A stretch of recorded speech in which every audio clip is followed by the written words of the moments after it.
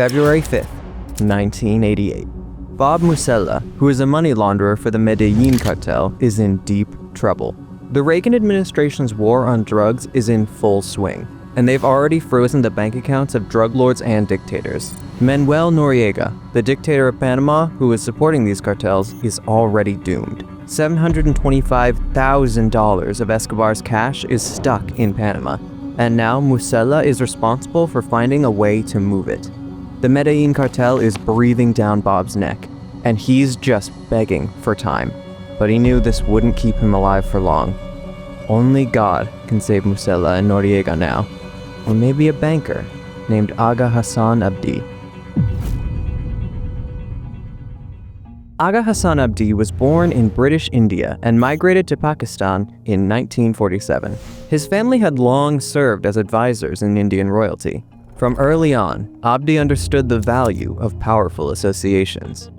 After earning a law degree, Abdi entered banking and found United Bank Limited, which soon became Pakistan's second largest bank. But in January 1972, Pakistan's Prime Minister Zulfikar Ali Bhutto nationalized its banking sector, and bankers like Aga Hassan Abdi lost everything overnight. But Abdi took it as an opportunity to build something bigger, a third world bank. His idea was to build a bank for the economics of the third world, rooted in the philosophy of Islamic banking, one that could challenge the Western institutions. With his connections in the Middle East, he convinced Sheikh Zayed of Abu Dhabi to back him with the oil money. And as the Bank of America bought the 25% share, he had the credibility to launch his dream project. With headquarters in Luxembourg and Abu Dhabi, Bank of Credit and Commerce International, or BCCI, was born. BCCI targeted developing countries which were rejected by mainstream banks, which gave them an instant boost. The bank's Islamic ideologies attracted new investors from poor Asian migrants in the UK to Middle Eastern sheikhs. It was seen as the bank of the marginalized, and by the 1990s, BCCI had spread to 72 countries and was the 7th largest bank in the world. Abdi knew, to make his bank truly international, he had to gain a foothold in America. And the opportunity came in 1979, when the Soviet Union invaded Afghanistan. The Cold War was at its peak by that point, and the CIA was fighting the Soviets on every front. They were planning to fund the Afghan Mujahideen to fight the Soviet Union invasion. And for that, they needed a bank. Kamal Adham was the CIA's biggest asset in the Middle East. But more importantly, he was also a major shareholder of the BCCI. So, he became the link between Abdi and the CIA. Kamal had also played a pivotal role in the Camp David Accords, the historic agreement which brought peace between Egypt and Israel, the greatest achievement of President Carter's administration. With Kamal Adham by his side and the BCCI serving as the CIA's go-to bank for covert operations, Abdi built deep relations in the Carter administration, the relations that brought him closer to his dream of establishing a bank in the US. In 1988, cocaine was America's biggest crisis, and Pablo Escobar, its biggest target. The Medellin cartel was making millions a month from the US streets, while the US Customs were scrabbling in the dark. Frustrated by failure, senior agent Robert Mazur proposed a new strategy.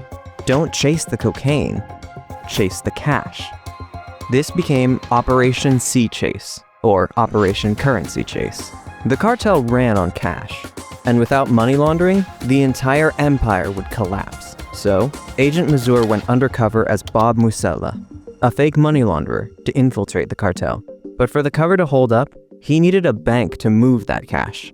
Since the BCCI had closely worked with the CIA in the past, they became the viable option for the covert operations. With the natural talent of Robert Mazur, the US Customs were able to infiltrate the cartel and make ties with the high-ranking cartel dealers. After years of undercover work, US Customs finally had enough evidence to bring down the cartel. In the grand finale, Robert Mazur, aka Bob Musella, invited both the cartel guys and the BCCI officials to his fake wedding and bachelor party. The people who were expecting girls found federal agents with guns. The head of the U.S. Customs Service says it gives new meaning to the term hostile takeover. An indictment handed down today against BCCI Holdings for its part in what federal agents describe as the first drug-related money laundering case involving an international banking institution. The BCCI called itself a full-service bank, but many of those services were illegal. The BCCI officials never knew they were dealing with federal agents and laundered drug money without any questions. They even recovered frozen cash in their Panama branch by backdating paperwork. The sting concluded with 5 senior BCCI employees being convicted. However, BCCI struck a plea deal with the Department of Justice, maintaining that the wrongdoing was confined to a single branch. As part of the agreement, the bank paid a $14 million fine for its role in money laundering, and in return, the Department of Justice agreed not to pursue the case any further. But Robert Mazur knew that the layers were deep, but when he shared with the Department of Justice, they were not ready to act. We pursued the initial allegations we received as to the money laundering to a successful conclusion. In our mind, as I said before, the critical element of that is successfully prosecuting individuals who have inside knowledge as to the workings of the bank. Robert Morgenthau has been the New York's district attorney for 17 years and was independent of Washington politics. He was surprised by the hesitation of the Department of Justice. There was evidence that a lot of money laundering in New York, which was not being pursued by the federal government. Morgenthau had built a reputation for chasing international money trails, and he instantly knew. Somebody's trying to hide something. With the help of his sharpest assistants, Morgenthau began following BCCI's paper trails across offshore havens, correspondent banks, and shell companies, and what he found was explosive. BCCI had secretly gained control of major American institutions like First American Bank. Moreover, on paper, the owner was the Democratic Party's godfather, Clark Clifford. After multiple failed attempts to expand BCCI into the US, Abdi knew direct ownership wouldn't pass regulators. So, he found a credible front investor through Clark Clifford. Clifford was a Washington super lawyer and former advisor of President Jimmy Carter. With Clifford's assurance to the regulators and shares founded by BCCI, they penetrated the US banking system. Clifford made millions for his participation. Did we, under all these circumstances, get a good deal? I think we did. And I think I tried to explain that at the beginning by saying that the deal was arranged in a very friendly climate. Morgenthau also found evidence of BCCI's 2 sets of books, one polished for the auditors, and another hidden ledger that tracked billions offered in bad loans, political favors, and criminal enterprises. He traced how BCCI used its global network to shuffle debts before audits, creating the illusion of solvency while billions were missing. BCCI was not the work of rogue employees, but a global criminal enterprise disguised as a bank. The bank of crooks and criminals. But in the end, one question remained. How did an institution founded on the principle of helping the third world become a safe haven for criminals? BCCI was operated as a corrupt criminal organization throughout its entire 19-year history. It systematically falsified its records.